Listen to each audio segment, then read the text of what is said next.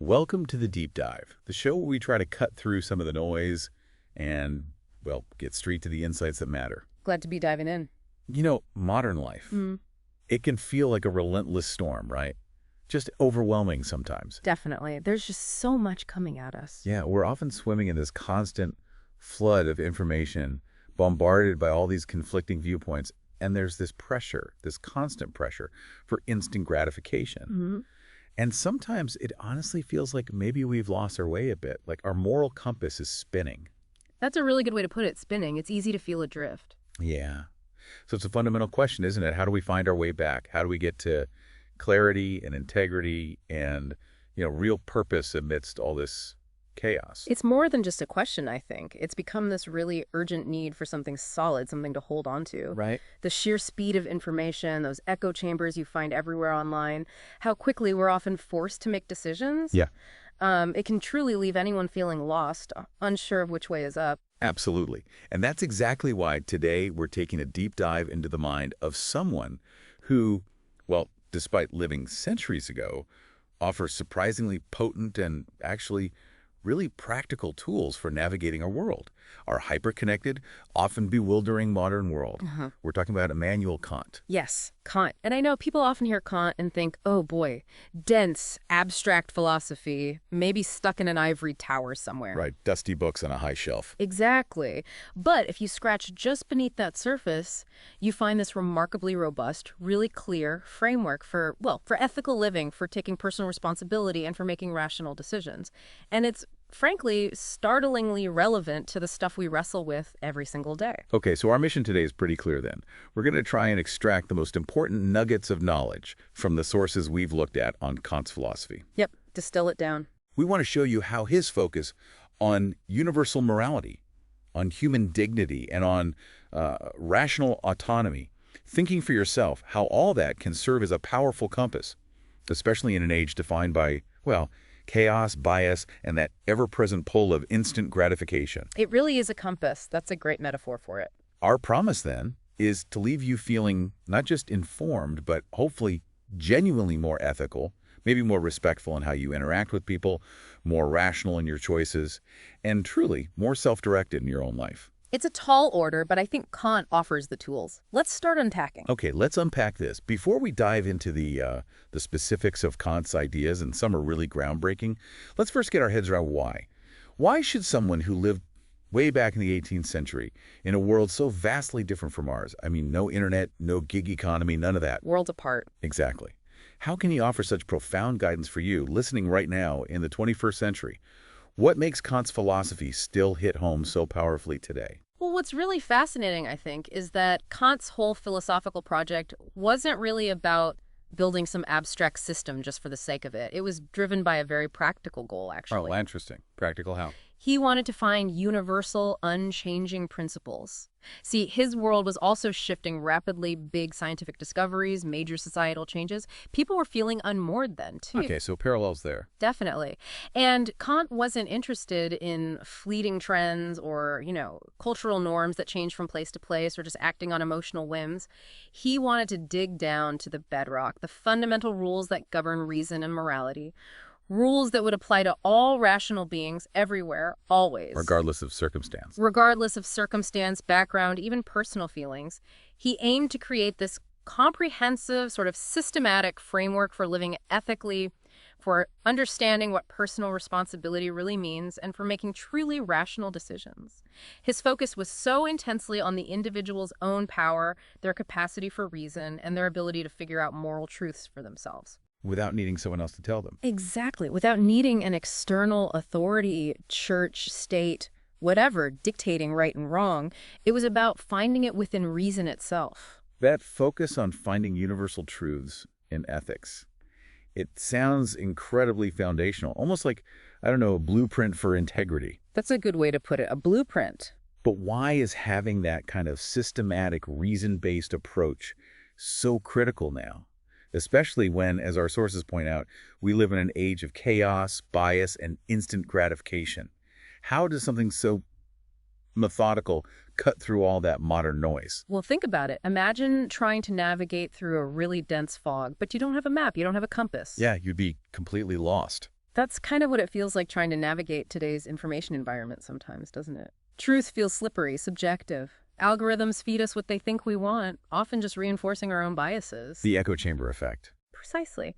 And chaos thrives when there aren't clear principles, right?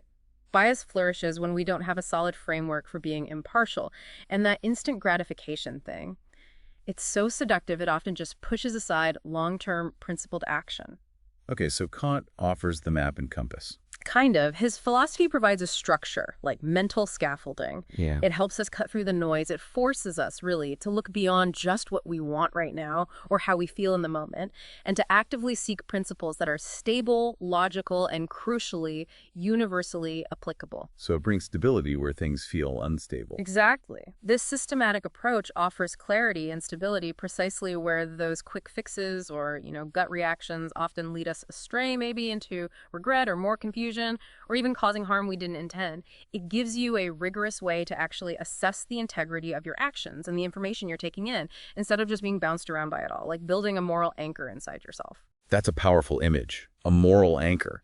So let's flip that. If we don't have frameworks like this, we just kind of drift, reacting to every impulse or external pressure. What does that mean for us individually, and I guess as a society?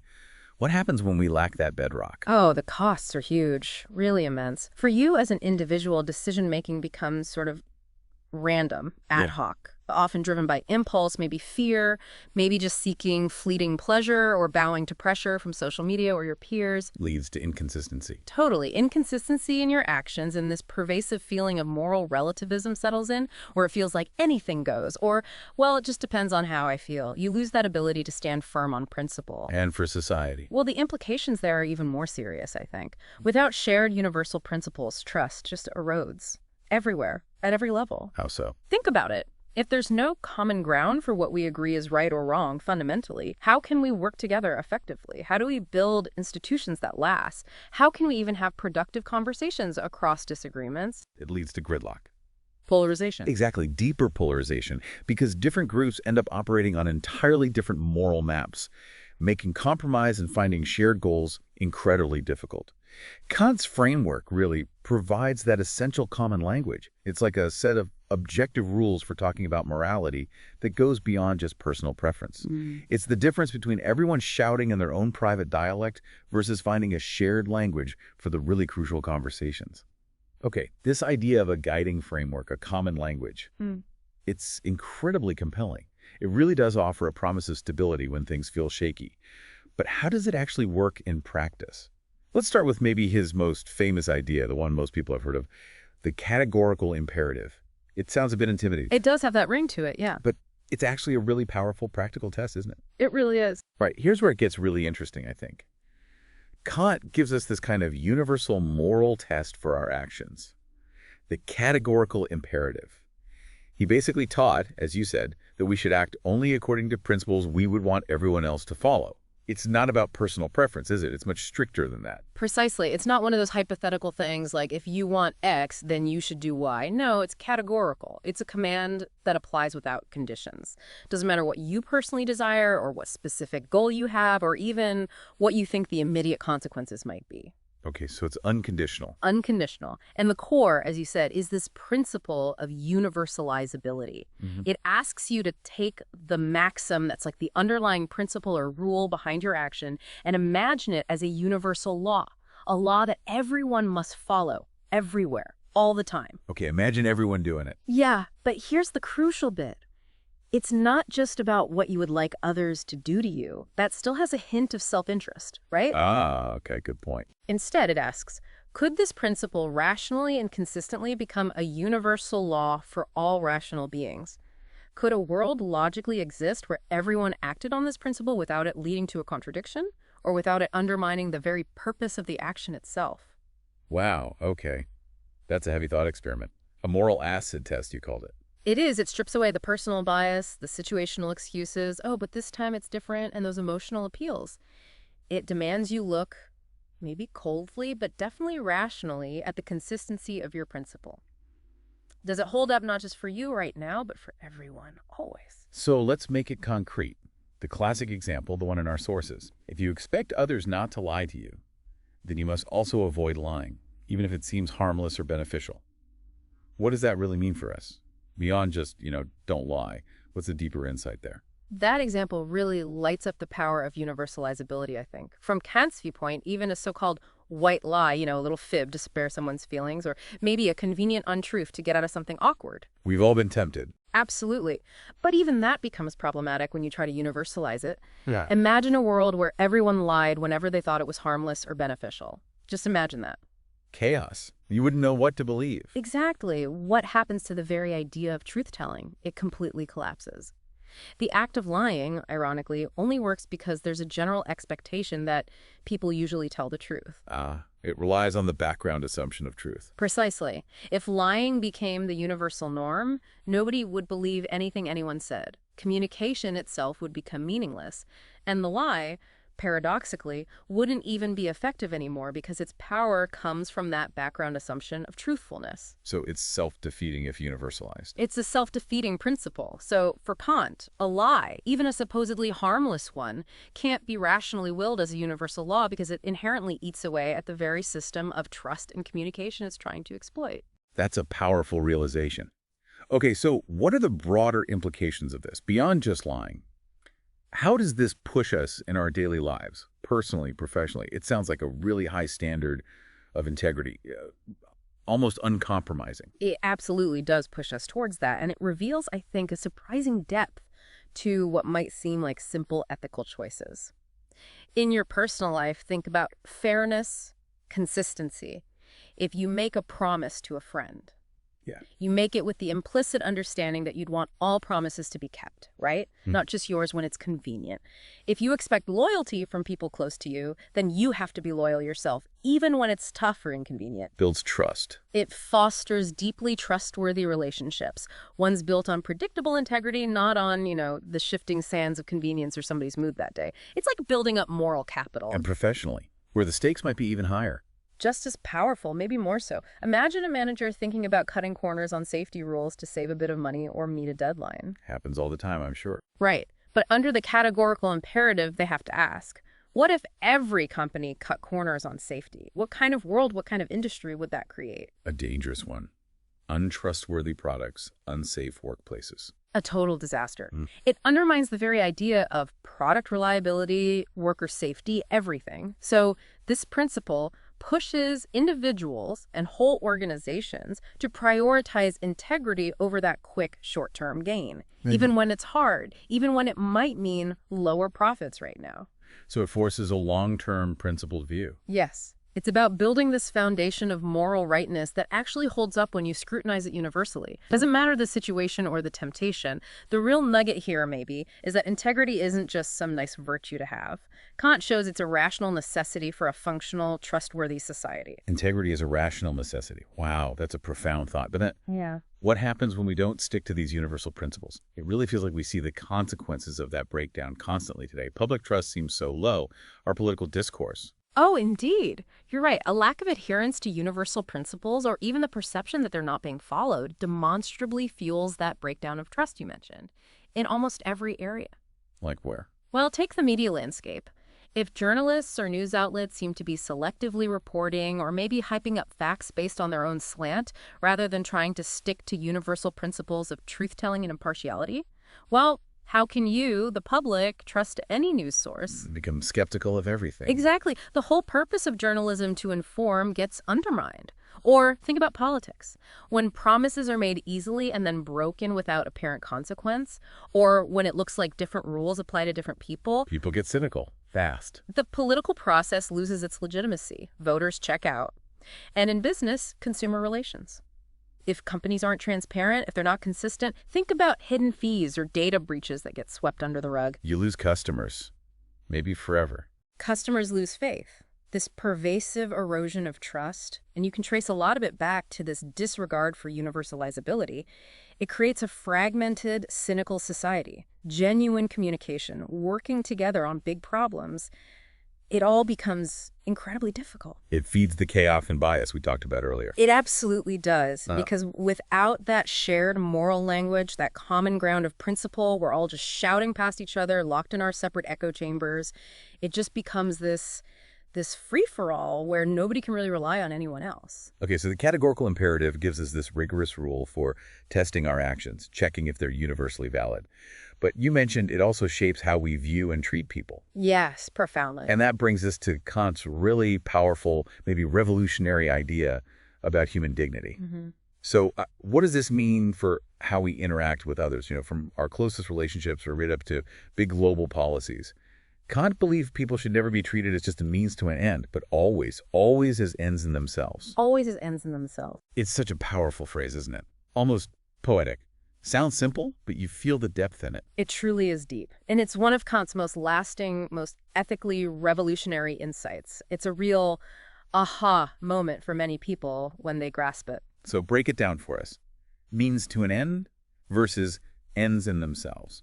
What's the core difference? Okay. When you treat someone as a mere means to an end, you're basically using them like an instrument, a tool. You're using them to get something you want, your goals, your desires, without really considering their own inherent value, their own rationality, their own goal. But they're just an object, a resource. Exactly. You're reducing them. Think of a con artist who pretends to befriend someone just to scam them out of money. They're using that person purely as a means to get rich. Okay, got it. So what's the flip side? Treating them as an end in themselves. That means recognizing their inherent worth, their rationality, their autonomy, that capacity to make their own choices, and their ability to act morally. You're valuing them not for what they can do for you, but simply because they're a rational human being who possesses dignity. So it's not about their utility to me. Not at all. The profound difference is about respect. It shifts our view of human interaction away from being purely transactional, what can I get out of this, to one based on fundamental intrinsic worth. It means acknowledging that every single person has this inherent moral status that absolutely must be respected. Doesn't matter their usefulness to you, their background, their beliefs, their social standing. Their worth isn't something they earn, it's just there by virtue of being human. That distinction, wow, it changes everything, doesn't it?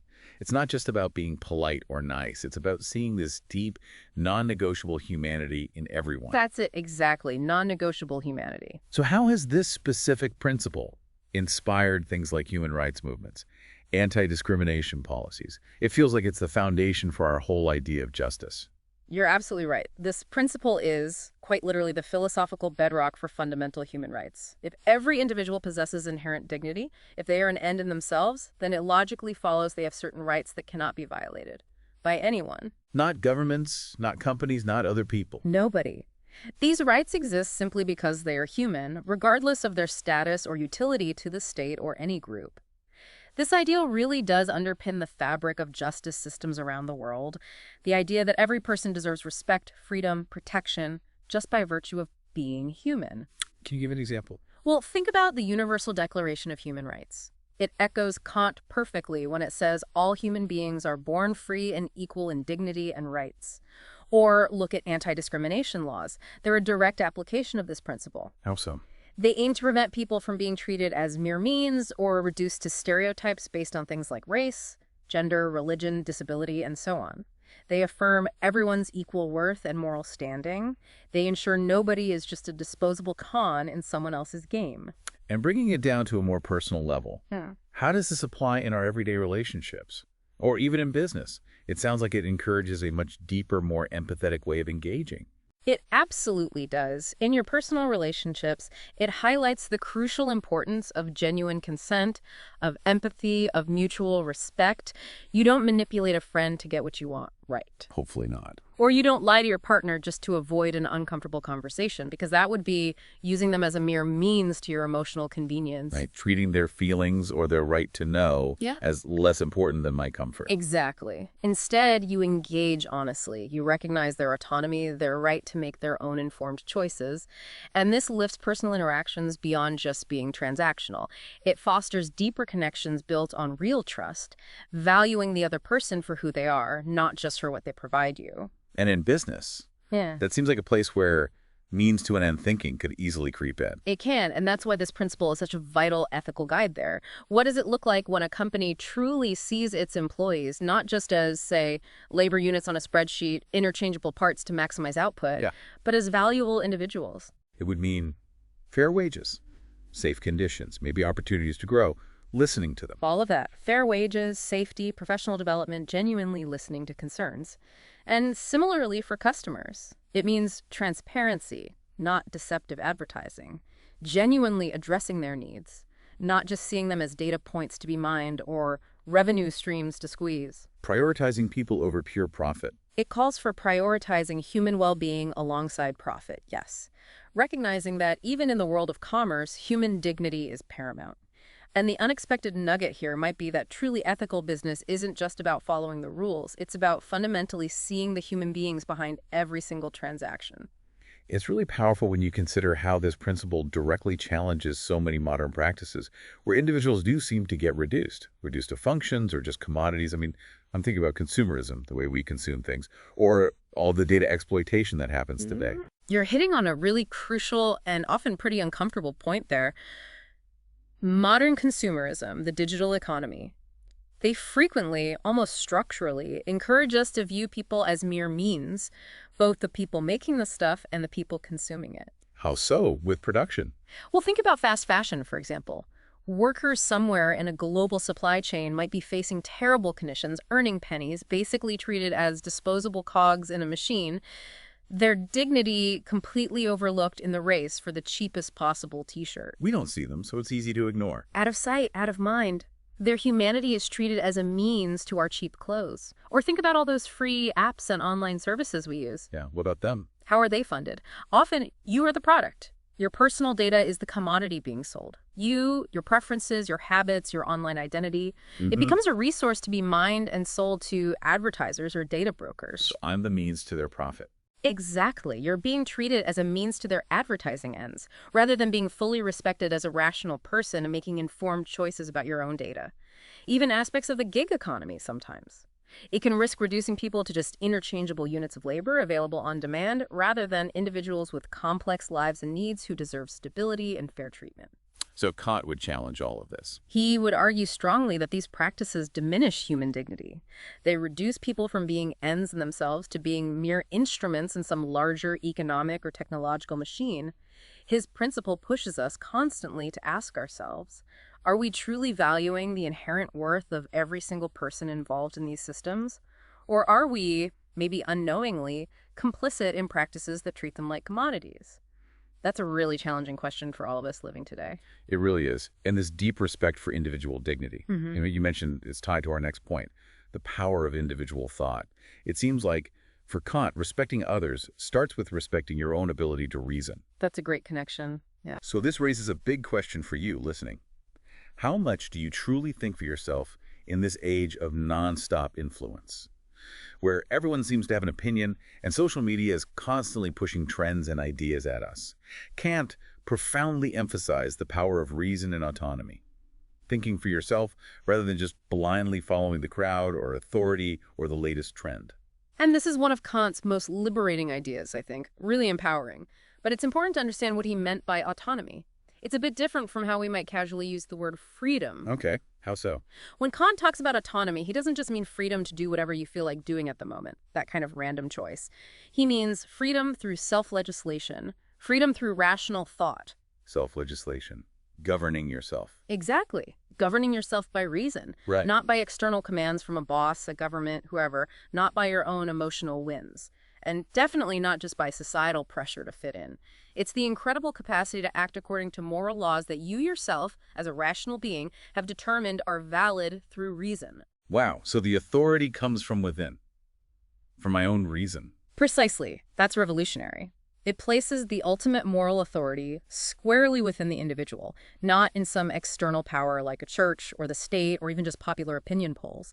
It means you take full responsibility for your beliefs and actions because you've put them through the ringer of rational scrutiny yourself. That's a lot of responsibility. It is, but the real nugget here is that genuine freedom, for Kant, comes from the self-governance through reason, not just from, nobody telling you what to do. Okay, so in a world just overflowing with information, good, bad, indifferent, how does this Kantian focus on autonomy actually help us? How does it foster critical thinking? How does it help us make genuinely informed decisions, It sounds like it could be a kind of superpower against all the noise. It absolutely fosters an active engagement with information rather than just passive consumption. Instead of just soaking up whatever you hear or read from the news, online, even from friends, Kantian autonomy pushes you, compels you to question it, to analyze it, to evaluate it using your own intellectual horsepower. So not just accepting things. Not at all. It's about building that intellectual muscle to tell the difference between a logical argument and just an emotional appeal, between verifiable facts and, wild speculation, between real expertise and just someone sounding confident. Develops discernment. Exactly. Discernment. And this leads to truly informed decision-making in all parts of your life. Finances, health, politics, relationships. You're not just letting others tell you what to think. You're actively using your own reason to reach conclusions that you can stand behind. This active critical thinking becomes your personal filter, like an indispensable tool for navigating the information flood we live in. It protects you from being easily led astray. And it sounds like a direct counter then to so much of what we see online today, social media culture, where misinformation can spread like wildfire. Like wildfire, yeah. And everyone seems to be shouting in their own echo chamber. Yeah. How does Kant challenge that specific pervasive influence? It's precisely the antidote, a really powerful shield against misinformation and that groupthink phenomenon. Social media often thrives on those echo chambers, right? Where algorithms feed you stuff that just confirms what you already believe. It creates this comfortable little intellectual bubble. Comfortable, but limiting. Very limiting, and it fosters this passive acceptance of ideas, a kind of intellectual laziness almost, where you don't really have to challenge your own assumptions.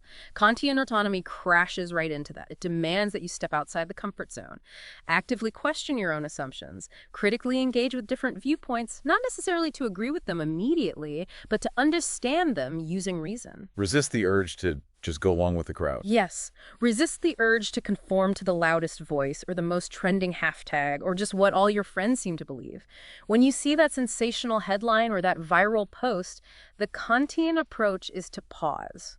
Ask yourself, okay, wait, is this consistent? Is it rational? What's the actual principle here? What evidence supports this? What evidence might contradict it? Be an active thinker, not just a passive scroller. Exactly. An active, independent thinker, not just a passive recipient of whatever content gets algorithmically curated for you. And that directly counters the confirmation bias and the intellectual conformity that so often defines online life. It also sounds like it gives you the inner strength, maybe, the conviction to stand up against injustice or even just peer pressure. If you've reasoned it out for yourself, you're not just following, you're standing on your own moral ground. That's perfectly put.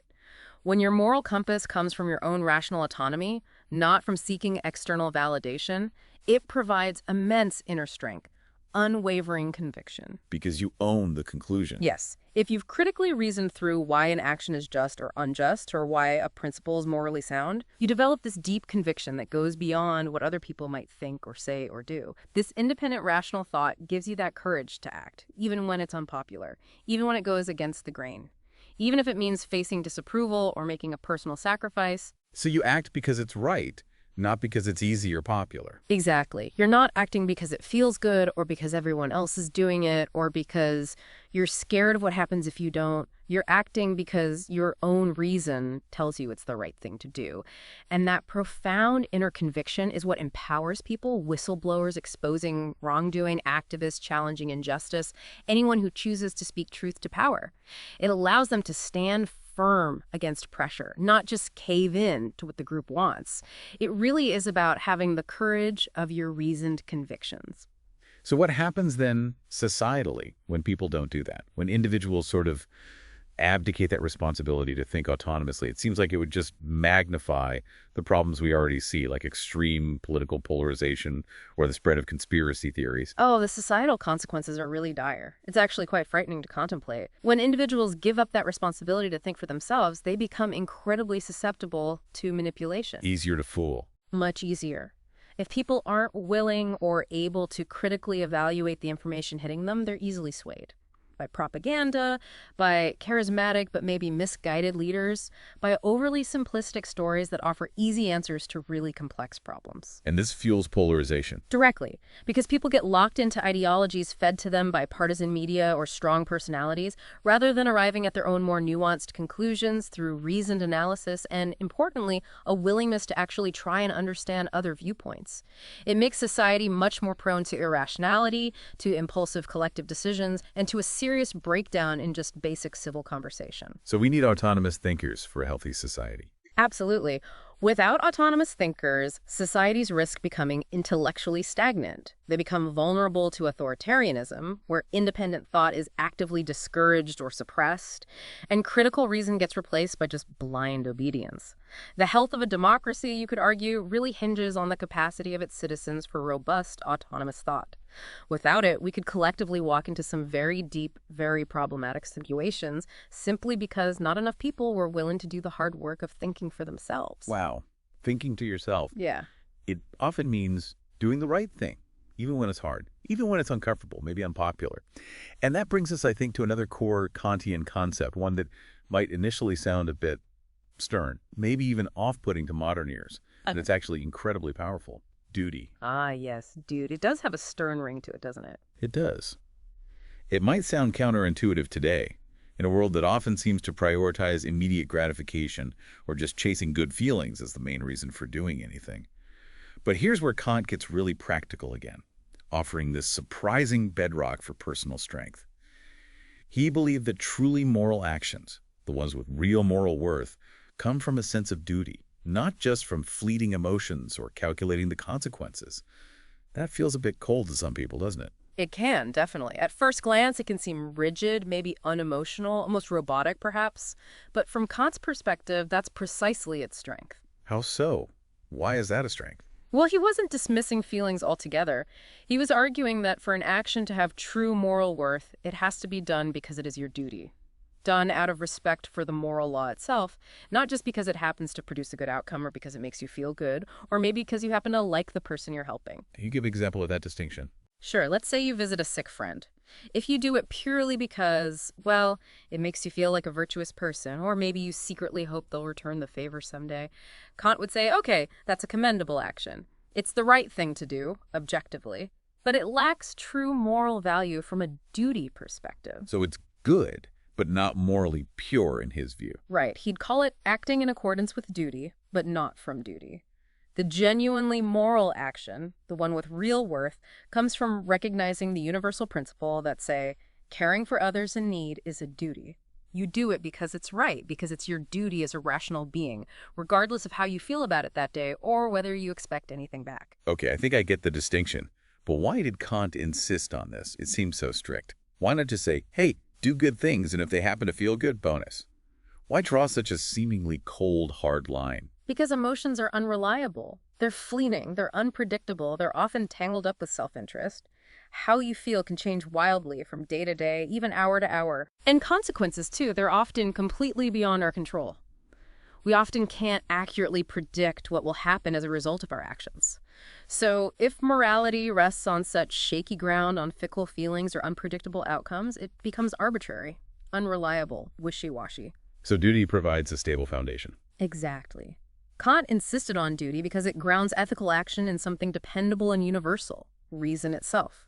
If an action is your duty, it's because reason dictates it's the right thing to do based on those universal principles we talked about. And reason is accessible to all rational beings. So morality isn't just about personal preference or mood? No. It's not subject to your whims or a sudden surge of empathy that might vanish tomorrow or what the external situation looks like. It's about acting out of respect for the moral law itself, for the principle, for what is universally right. It provides this unshakable, consistent, universal basis for ethical behavior. It ensures that doing the right thing isn't dependent on how you feel or what you expect to get out of it. It's about cultivating a moral will that acts purely from principle. And that, maybe surprisingly, is where its profound strength comes from. Unwavering moral character. I like that idea. It really does sound like a kind of superpower in today's often wishy-washy world. So how does acting from duty actually strengthen our character? Build discipline. How does it push us beyond just doing what we feel like or what's convenient? Well, acting from duty cultivates that strength and self-discipline precisely because it often requires you to actively override your immediate inclinations, your desires, your personal comfort even. It's harder. It's much harder.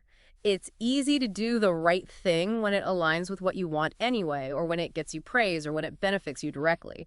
But it takes genuine discipline, real character, to do the right thing when it's costly or unpopular, or maybe just plain boring, or when it involves a significant personal sacrifice. Builds moral muscle. Exactly like building muscle. This constant practice of choosing duty over desire builds moral fortitude. It hones your will so you can consistently align your actions with what reason says is right. You develop this inner resilience that isn't easily swayed by outside pressures like what other people think, or by internal temptations like laziness or wanting that instant reward. So ethical action becomes less of a choice and more of a habit. It transforms ethical action from being just an optional preference, something you do when you feel like it, into an ingrained habit of character, something you do because it is right, fundamentally. And this, maybe ironically, leads to you being a more predictable, more trustworthy person. Someone others know they can actually rely on because your actions aren't just based on whim. Okay, so it's about doing the right thing, even when it's difficult, even when it's unpopular. Can you give us some concrete examples? How does this play out in real life, maybe in roles like leadership or parenting, where that sense of duty feels particularly critical? Oh, absolutely. Think about a leader, maybe a CEO, who has to make a really tough decision, one that might be deeply unpopular with employees or maybe shareholders, but is fundamentally necessary for the long-term ethical health or even survival of the organization. Okay. If they act just from a desire to be liked, or maybe to maximize the next quarter's profits to keep everyone happy now, they might choose the easier, less responsible path. The path of least resistance. Right. But if they act from a sense of duty, duty to the organization's core mission, maybe duty to their employees' long-term future, duty to the wider community, or just duty to universal ethical principles, they'll choose the harder principle path, even if it brings criticism in the short run. That takes courage. It does. Or think about parenting. Acting from duty means things like consistent discipline, setting boundaries even when you're utterly exhausted, or when it would just be so much easier to give in to your kids' demands right now. Doing what they need, not just what they want. Exactly. It's about providing what your child needs for their moral development, their long-term well-being, not just what makes them momentarily happy or makes your life easier in that second. And maybe one more. As a citizen, acting from duty might mean participating in civic life voting, staying informed, maybe advocating for justice, volunteering even when it feels inconvenient, or maybe even futile sometimes. You do it because you recognize you have a responsibility to the collective good, to society. So these aren't actions driven by feeling good or getting rewarded. No, they're driven by this unwavering commitment to what is right, based on reason and principle, regardless of personal ease or popularity. So let's consider the opposite again. What happens in a society when personal desires, when that immediate gratification consistently wins out over a sense of duty, it sounds like? Well, like a recipe for long-term trouble, maybe a slow unraveling.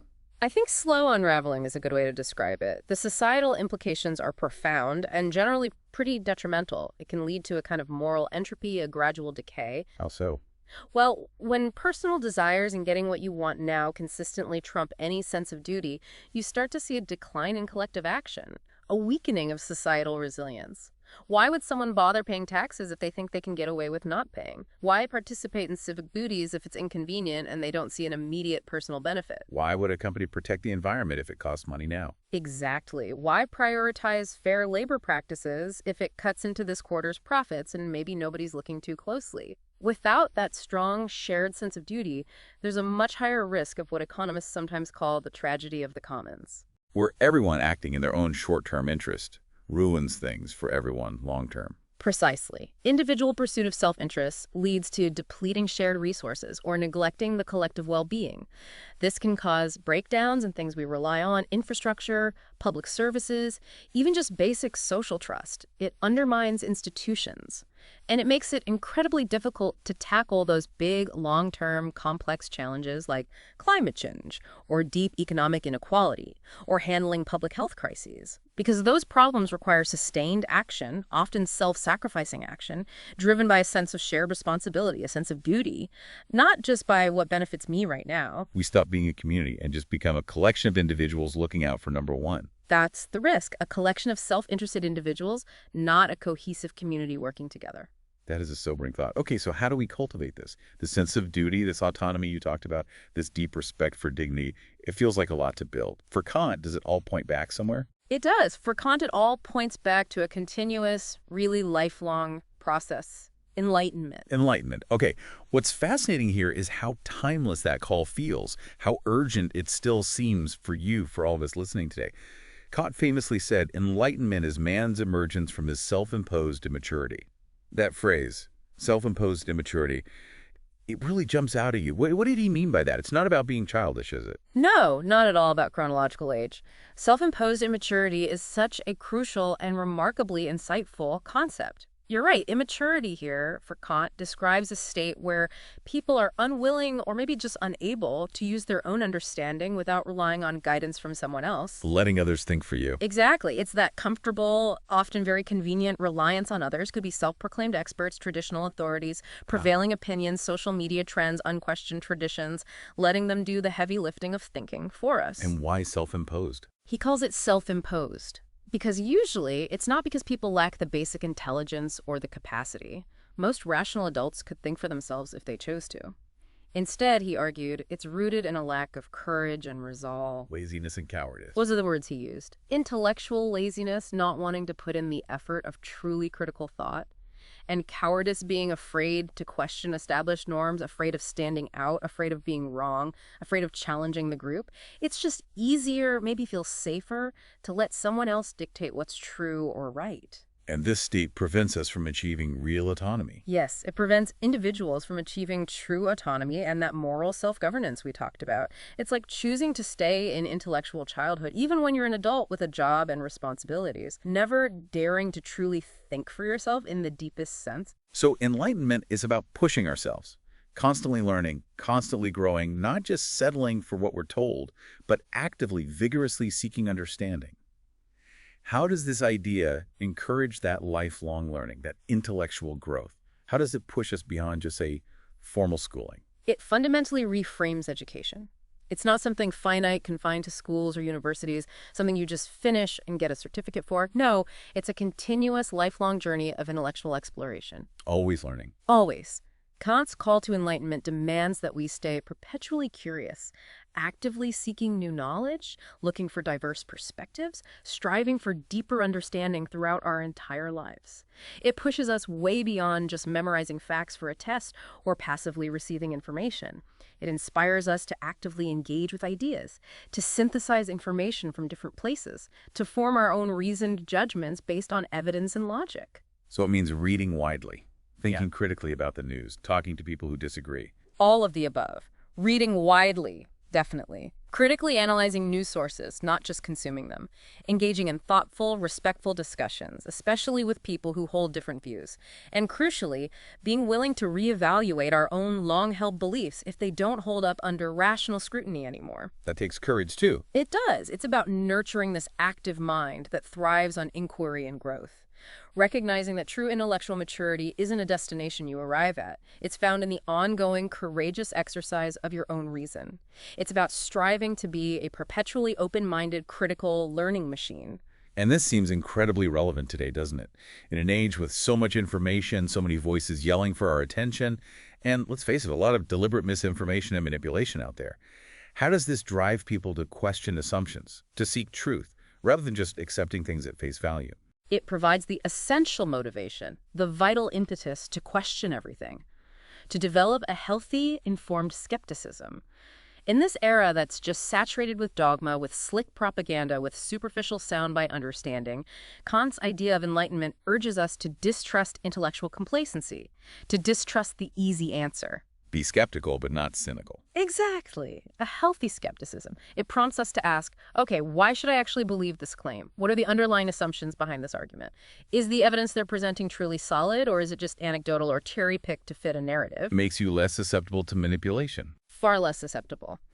Because you start demanding rational justification rather than just accepting claims based on who said it, authority, or because that's how we've always done it, tradition, or just because it triggers an emotional reaction. It encourages digging deeper independent investigation, looking at primary sources if you can, verifying things, constructing your own understanding piece by piece, rather than just passively downloading prepackaged narratives from partisan sources or algorithms designed to keep you clicking. It's the intellectual courage to challenge things, even comfortable things, and seek clarity. Yes. Seeking clarity over comfortable falsehoods, even when that clarity turns out to be inconvenient or maybe unpopular. That's a really compelling vision for what education could be. If we were to think about educational reform, if we were to try and design, say, a curriculum based on Kant's ideas, Yeah. how would it look different from what we often see in schools today? Oh, it would look quite different in emphasis. A Kantian approach to education would prioritize cultivating critical thinking, reasoned debate, and intellectual autonomy above almost everything else. Less focus on just memorizing facts. Much less focus on just content delivery and rote memorization for standardized tests. The fundamental emphasis would shift to how to think, how to analyze arguments, how to evaluate evidence, how to make independent judgments. Teaching the tools of thought itself. Precisely. Curricula would be designed to actively foster inquiry. Encourage students to constantly question assumptions, including the teachers. Engage them in ethical reasoning exercises. Help them develop their own moral compass through rational deliberation and respectful discussion, rather than just being told what the right answers are. So, valuing freedom of thought in the classroom. Deeply valuing freedom of thought and expression. Creating environments where students feel safe and empowered to challenge ideas respectfully, to construct their own coherent arguments, and to defend those arguments using reason. The ultimate goal wouldn't just be to transmit a body of knowledge, though knowledge is important. It would be to equip individuals with the intellectual tools, and maybe just as importantly, the moral courage, to truly think for themselves, to enable them to emerge from that self-imposed immaturity and contribute meaningfully as rational, responsible, self-governing citizens long after they've left formal schooling. So let's consider the alternative one last time. What are the costs, personally and for society, of not embracing this call to enlightenment? Of staying in that self-imposed immaturity? It sounds like it could lead to a kind of stagnation, or maybe worse. The costs are truly immense, I believe, both personally and societally. It leads to this profound intellectual and moral inertia. Personally, if you don't embrace enlightenment, you remain in a state of intellectual dependence. It severely limits your potential for real growth, for genuine understanding, for true self-direction in your life. You're more easily influenced. Much more susceptible to manipulation, whether it's clever marketing, political rhetoric that plays on fear or anger, or just social pressure to conform. Because you lack that internal framework, that intellectual muscle, to critically assess and filter what's coming at you. You might find yourself constantly just reacting to things, rather than proactively choosing your path based on your own reason and principles, driven by external forces, not internal conviction. And for society as a whole. Societally, a collective failure to embrace enlightenment makes a society far more prone to irrationality, to embracing dogma without question, to the rapid, unchecked spread of dangerous ideas or conspiracy theories. Because people aren't questioning. Because not enough people are questioning rigorously. Without a large part of the populace committed to critical inquiry, to seeking truth, misinformation can just flourish. It leads to fragmented public discourse, that extreme polarization we keep seeing, and a collective inability to effectively tackle complex challenges that actually require nuanced understanding and cooperation. It actively hinders progress, stifles real innovation, undermines genuine debate, and ultimately it weakens the very foundation of a thriving, self-governing society. It means risking a world where more and more people are just told what to think, rather than doing the hard work of thinking for themselves. And that's a dangerous path indeed. Wow. Okay, so we've journeyed through these incredible, really profound pillars of Kant's philosophy. We went from universal rules for our actions, the categorical imperative, The universalizability test. to the non-negotiable concept of individual human dignity. Never just a means, always an end. Herschel. From the power of autonomous thought thinking for yourself through reason, Self-legislation. to the steadfast strength found in acting from a sense of duty. Doing what's right because it's right. And finally, to this constant, courageous pursuit of enlightenment emerging from that self-imposed immaturity. It's quite a journey, and it's clear that Kant's ideas They're far from being just dusty old academic concepts. They offer really concrete, practical tools for navigating the sheer complexity of your daily life, almost like a blueprint for integrity in a pretty chaotic world. Absolutely. Yeah. It feels like his philosophy doesn't just inform you, it really empowers you. Empowers you to become a more ethical person, more respectful, more rational, and truly more self-directed.